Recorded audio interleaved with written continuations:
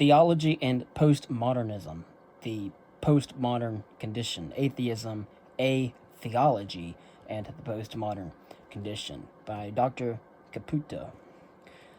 Postmodernism seems for all the world to religious believers as a continuation of Nietzsche, by another means the latest version of the idea that God is dead and everything is permitted.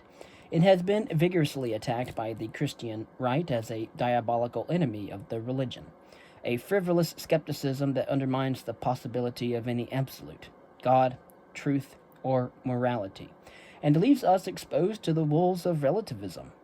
When John Franco Lyotard described postmodernism as incredulity toward grand narratives, or grans rectus. To take a famous example, he pitted it against the consolations of religious faith in divine providence, and a God who keeps an omnipotent and omniscient watch over the world, working all things wisely and to the good, which must surely be the grandest of the old grand narratives. We just do not believe that sort of thing anymore. Lyotard thinks the old faith has become unbelievable. But while it is perfectly true that in some of its incarnations postmodernism makes life difficult for traditional believers, it is no less true that it complicates the life of modern atheism. For as Derrida says, we must keep a watchful eye for theological prejudices, not only in theology where they are overt, but no less in metaphysics in its entirety, even when it professes to be atheist. So Derrida warns us about the theologians of atheistic metaphysics.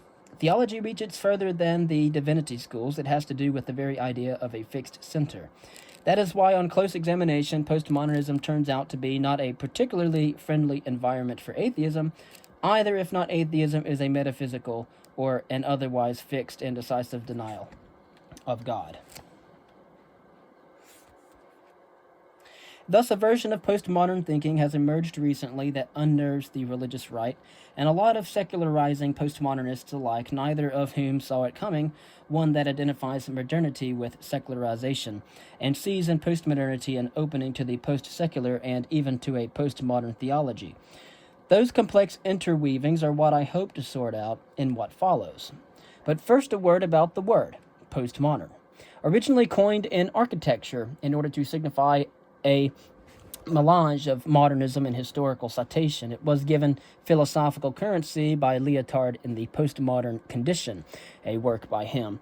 Derrida himself rejects the word, both because it suggests an easy historical periodization and something anti-enlightenment instead of a new enlightenment, a continuation of the Enlightenment by another means. For better or for worse, the word has established itself, and while we can agree that the word postmodern has been beaten senseless by overuse, we can, for the purposes of this study, locate its strictly philosophical content in a cluster of three ideas. First, the affirmation of radical and irreducible pluralism of what Lyotard calls paganism. Second, the rejection of an overarching metaphysical or foundational schema of what Lyotard calls monotheism and Derrida calls theology. And third, a suspicion of fixed binary categories that describe rigorously separable regions, typically characteristic of structuralism. First, although the American historian and philosopher of science Thomas Kuhn had nothing to do personally with the movement, Kuhn's seminal idea of scientific change, indeed you will remember him from his work on scientific paradigms, as a series of holistic switches among incommensurable paradigms that resist one-to-one comparison is highly congenial to postmodern ways of thinking. This shows up in the use of Kuhn's ideas by Richard Rorty, the foremost American philosopher associated with the postmodern style of thinking. By the same token, Wittgenstein's theory of an irreducible complex of language games, which is also important to Rorty, was also adapted by Lyotard. Generally speaking, as a philosophical idea, French and Franco-American postmodern thought corresponds to what in Anglo-America is called non-foundationalism. Second, Hegel, Jules Wilhelm von Hegel, is no doubt the high watermark of modern metaphysics for postmodernists. Postmodernists share Hegel's critique of Enlightenment rationality as an abstract and ahistorical principle in favor of the complex concrete rationality of social existence, or Sittlichkeit, And they are, like Derrida, impressed enough by Hegel to look for ways to read Hegel against the grain. But in the end, they see the Hegelian critique of the Enlightenment as one form of modernism being criticized by another, like Kierkegaard before them. In this regard, Kierkegaard is the first postmodernist. They reject Hegel's idea of absolute knowledge, of history, and nature, as the unfolding of a single absolute principle making its way through time and space. And just a personal point here, it's no wonder why Hegel was rejected by many within logical positivism in the early 20th century. And of course, we have in our scientific, our science readings and science lectures when we go over famous scientists in the history of not only history of science, but also in the philosophy of science as well. So, to continue, from an epistemological point of view, they are, as Lyotard says, incredulous about such an overreaching meta-narrative, but from an ethical point of view, they view it as obscene, since it is implicated in finding some sort of rationale for Auschwitz, for example, which was one of the extermination camps of the Holocaust, which many people deny today. And, of course, Lyotard says much about an overreaching narrative, but from an ethical point of view, they view it as obscene since it is implicated in finding some sort of rationale for Auschwitz, taken both as the historical reality and an emblem for genocide for any unthinkable evil, in a much looser sense. 3. Inasmuch as Hegelian metaphysics is premised on a logic of opposition of categories that can contradict and mutually exclude each other, such as being and non-being, for example, sign and dust sign, the reconciliation of which generates the movement of dialectical logic, or becoming. Postmodern thinkers set about eroding such neat binary oppositions to begin with, thus preventing dialectical logic from ever engaging its gears of reconciliation in the first place. This strategy was put forth in the year 1962 by Deleuze in his Nietzsche book. Deleuze, seeing that simply to oppose Hegel, it is grist for the mill of dialectics, which turns on a logic of opposition, formulated a logic of a difference. The model for this is found in an account of linguistic difference. Signifiers function just in virtue of the discernible difference, the phonetic and graphic space or play between signifiers. Thus, the differences among ring, sing, king are discernible and significant, but not binary or contradictory, and neither require nor inspire any reconciliation. For a further study on a personal note, you can go and watch the philosophical readings, which we cover all philosophers, pre-Socratic, ancient, medieval, modern, and contemporary. While the postmodern critique of these assumptions produces results that are very antagonistic to traditional religious beliefs, the results are no less damaging for the atheistic critique of religion, which is why Derrida warns us about the theology of atheistic metaphysics.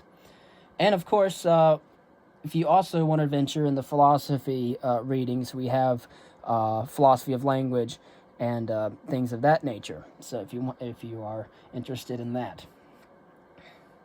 In fact, classical atheism comes under fire on all 3 points. First, given a plurality of incommensurable discourses, there is nothing to stop religious discourse from reasserting its rights as an irreducible discursive form against 19th century modernist critiques of religion, a point made by Wittgenstein, among others. Second, given the demise of sweeping metaphysical meta-narratives, the simple atheistic dissolution or dogmatic reduction of religion to one big idea, such as the sigh of the oppressed Marx, a psychotic fantasy, Freud, or the resentment of the weak against the strong, Nietzsche, is sheer overreaching. Third, finally, the doubt thrown by postmodernists on binary pairs, which affects theological opposition such as God/world, body/soul, or eternity/time, has no less an erosive effect on any mean or clear distinction between theism and atheism, or the religious and the secular. The characteristic postmodern move is made in what Mark C. Taylor calls a theology, or a lowercase a with a slash and then theology. Something situated on the slash between theism and atheism in the space of undecidability before things are definitively settled one way or the other. In the milieu in which any such decision can be made. Whence the dilemma of theism/atheism in a postmodern setting. Modernity is marked by a strict sense of boundaries. The rigorous discrimination in Kant's three critiques are exemplary of modernity in this regard, in which religious faith is cordoned off as something subjective, not objective, and private, not public, and finally reduced to something irrational or devoid of cognitive worth, the effect of which is summarized under the notion of secularization, the disenchantment of the world, in Max Weber's phrase. But the postmodern view of things is to distrust such neat borders.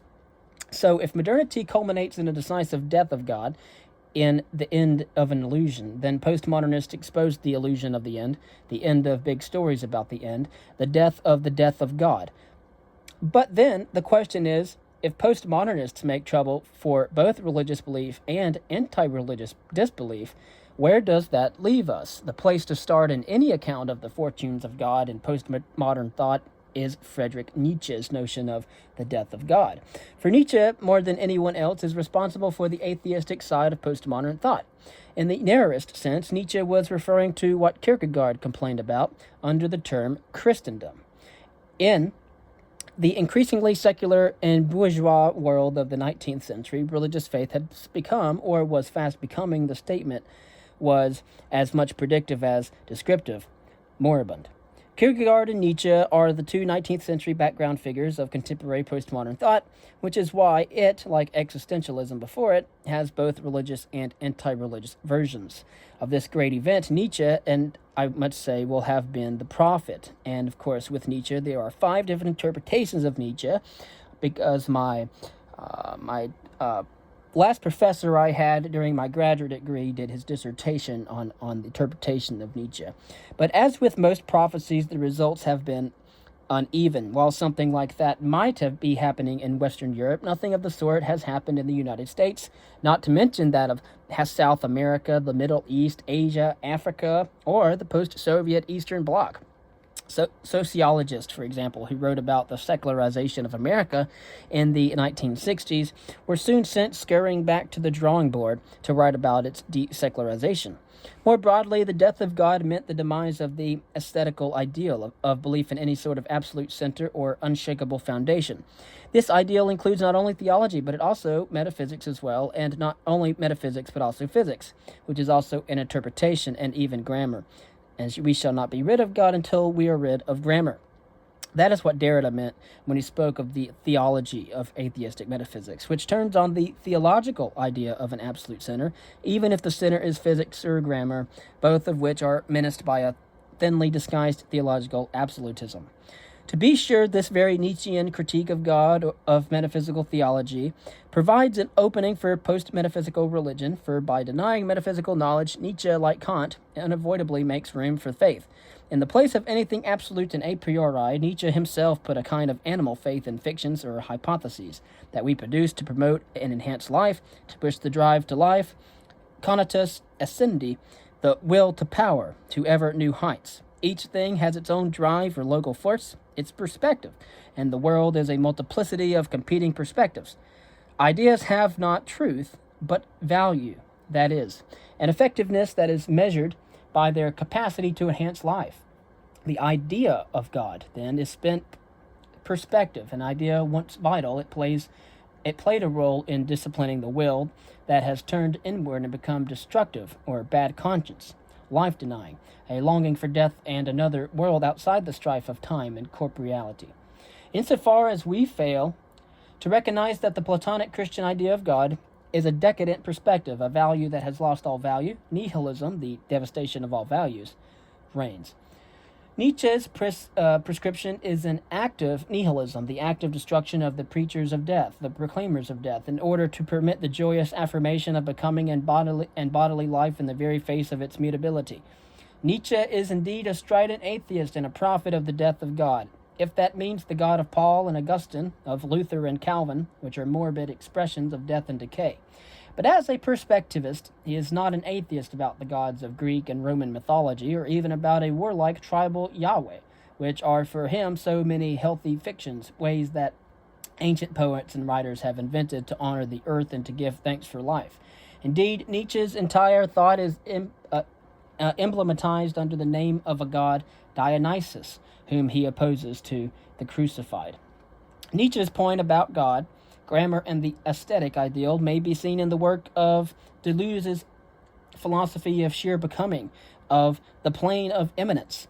When we say it is raining, do not be seduced by grammar into positing some it that is the subject of the action. Do not separate the doer from the deed. To adhere rigorously to the plane of immanence, thus is to affirm the univocity of being. And that comes from Duns Scotus. As a play of differences, that comes from Nietzsche, of infinitely varying intensities of services without depth. Philosophy must avoid the illusion of positing some transcendent point beneath difference that stabilizes becoming, like a substance or above difference that imposes difference on some indifferent substrate below, like God, or that produces differences as mental constructs, as in epistemological representationalism, or as semetic effects of the opposing signifiers, as in structuralism. Those are just so many variations on the idea of a stabilizing center. Becoming demands not transcendent explanations like God or mind, but transcendental ones cultivated immanently from within the events or the differences themselves. However, Deleuze adds a twist. We can willingly embrace the illusionary link of God and grammar with our eyes wide open, miming it and enjoying the play of it. Our age has discovered theology as the science of non-existing entities that animate language and give our lives a buzz or glow, like reading Alice in Wonderland. The pivotal figure for any discussion of God in the 20th century continental thought is Martin Heidegger, whose project of overcoming metaphysics stakes out the space within which 20th century continental thought takes place. In his early writings, culminating in Being and Time in 1927, Heidegger constructed an existential ontology that is a formalization of both Aristotle's man of practical wisdom in his Nicomachean Ethics and the early Christian experience of time contained in the Pauline letters. In his ontology, Heidegger said we must practice a methodological atheism, a systematic suspension of the data of revelation and faith in God, in order to isolate the formal structure of the facetal life of Dasein.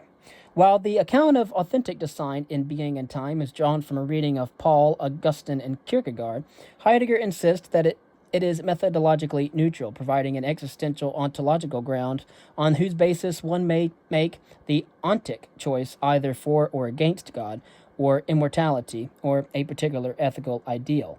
The latter are matters to be decided by each existing individual, not by a formal ontology. And of course, as you know, Heidegger went to school to be a priest, to be a theologian. His first degree was in theology, as was mine. And he really didn't know if he wanted to go, and then he decided to become a philosopher after losing his faith. I decided to become a historian, and I delved a little bit in psychology, as some others, like, for example, Maslow, a famous psychologist, went to school to be a priest, but he ended up becoming a psychologist. However, later in his writings, Heidegger shifts to the point of view that what he calls the history of being. Being was originally illuminated for but a moment in the early Greek pre-Socratic experience, embodied in words of elemental power such as logos, physis, and aletheia, and then gradually occluded by the rising tide of metaphysics. In metaphysics, the subject represents an object, Gegenstand, which is a latent tendency of Greek and medieval metaphysics that awoke explicitly in Descartes and modernity, since Descartes really the beginning of modern philosophy. Accordingly, 18th century ontotheologic, a science of God as the causa sui, like Pascal's, the God of the philosophers, is a typically modern creation in which God is already as good as dead. Metaphysics is finally unleashed in all its fury in the essence of contemporary technology, in which the world and human being itself have become the raw material, Bestand, for the technological domination of the earth. And again, object is Gegenstand, and material is Bestand. And aletheia, again, just means truth in the Greek. Technology brings to completion what Nietzsche called the death of God and nihilism, now redefined as the time of need in which being has been emptied of its true power. To this state of extreme depletion and oblivion, Heidegger opposes the possibility of another beginning. This he characterizes in terms of a new coming of the holy and the gods, so that an atheism about the God of ontotheologic metaphysics is in fact closer to the truly divine God, by which he means dwelling poetically as mortals on the earth, under the skies and before the gods, a portrait drawn chiefly from the poetry of Hölderlin. By the death of God, then, Heidegger understands the technological darkening of the earth, and by the return of the holy, a purely poetic experience that is closer to German Romanticism than that to biblical faith. About the God of the Jewish and Christian scriptures, one could observe a perfect atheism, were one so minded, declaring this God to be a part and parcel of the history of metaphysical oblivion, as secular Heideggerians do. But by the same token, what the latter Heidegger says about language, meditative thinking, the holy, and overcoming ontotheology, or metaphysics, is so evocative that Derrida was indeed able to construct a fictional dialogue of Christian theologians with the latter Heidegger, in which the theologians confess that this is just what they have been saying all along. And then we'll get to Heidegger's most strident critic in the next reading of the lecture, and his name is Emanuel Levinas.